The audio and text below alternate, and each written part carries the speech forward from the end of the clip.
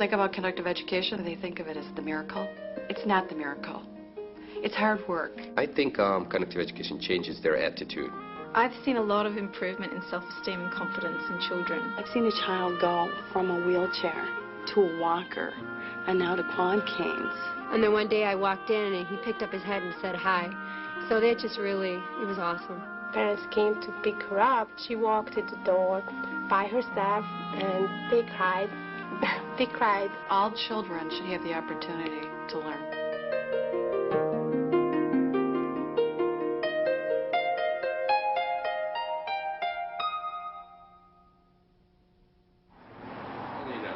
I stretch them out. I stretch my arms out. I lift my head up. And I am standing tall. The Center for Independence here in Countryside started as a parent-driven program. Patty Herbst, the director, has a son, Justin, with cerebral palsy. And she heard through friends and colleagues of an intervention called conductive education. And you had to go to Ontario, Canada. She was so impressed with that she started to bring a program to the Chicago area for summers. She worked hard to get funding to start a year-round program, and so now you have a year-round program. And again, did a lot of research about what would make this a model program, a best program, and came up with putting medical people and education people and parents on the board of directors, and from there designing a program that included PTs and OTs and conductors working together in concert with each other. Let's try and hold on to it with 2 hands, okay, guys? Which one would you like? Conductive education helps children with physical disabilities by helping them to learn how to use their body and through motor retraining. Music is involved in the program to offer the children a basis to move. It's a 4-beat count. And so it's more of a, it's not music like a rock and roll or a Mozart music, but it's more to offer a cadence and a rhythm. Hooray, and up she rises, hooray, and up she rises, hooray, and up she rises early in the morning. Conductive education helps children with cerebral palsy because it teaches them how to use their body. It allows them the time to develop the strength and endurance to learn motor skills. Conductive education varies from traditional therapy just in the method that it's delivered. Typically in the U.S., traditional therapy can be considered to be delivered 60 minutes a week or 30 minutes a week. Oftentimes it's in an individual setting. I think the thing that sets conductive education apart from traditional therapy is the group setting. The children, oftentimes when they're in traditional therapy, really don't want to be in that room alone with a therapist. The group works as a motivative power also. Emotionally, it works. A group could be 6, 8, 10 kids, which means they socialize a lot, they talk to each other back and forth, they get input from each other. Let's say we do an activity. The one child can see the other one did something, so it motivates the child. I can do it.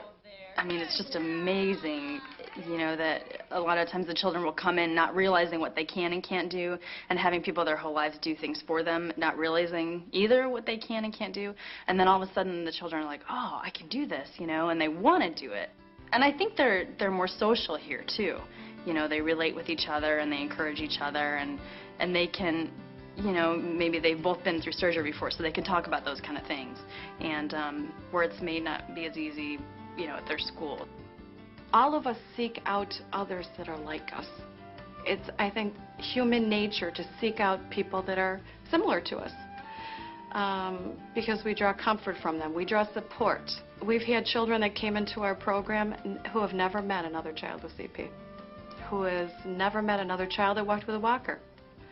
And just a few weeks ago, we had a mom who brought her 9-year-old child into our program who was walking with a walker. And she came in, sat in our group, went through the group program, and in the middle of it, was crying. And I went over to her and said, you know, what's the matter? What can I do to help you? She said, you know, I've never met another child with CP. That, to me, is wrong. Firstly, because I think parents change. Parents are the reason change occurs. What does it say? It says, super mate. Good job.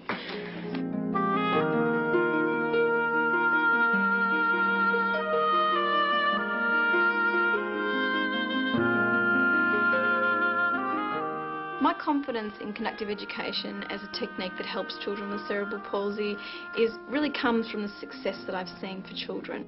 When you see a child come to the center on the first day, there are a lot of, I can't do it. And when you encourage a child in the right direction with the right temperament, and you see the child learn, yes, I can do it. So we start at a level where they are, and we just work with them, and then the main goal is to get them as independent as they can be. When parents came to pick her up Friday, when it was the long weekend, she walked to the door by herself, and they cried. They cried, everyone cried, because that was the first time they saw how the little girl could go by herself.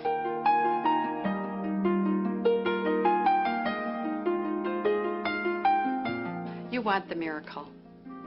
You want your child to get up and walk tomorrow. It's not the miracle. It's hard work.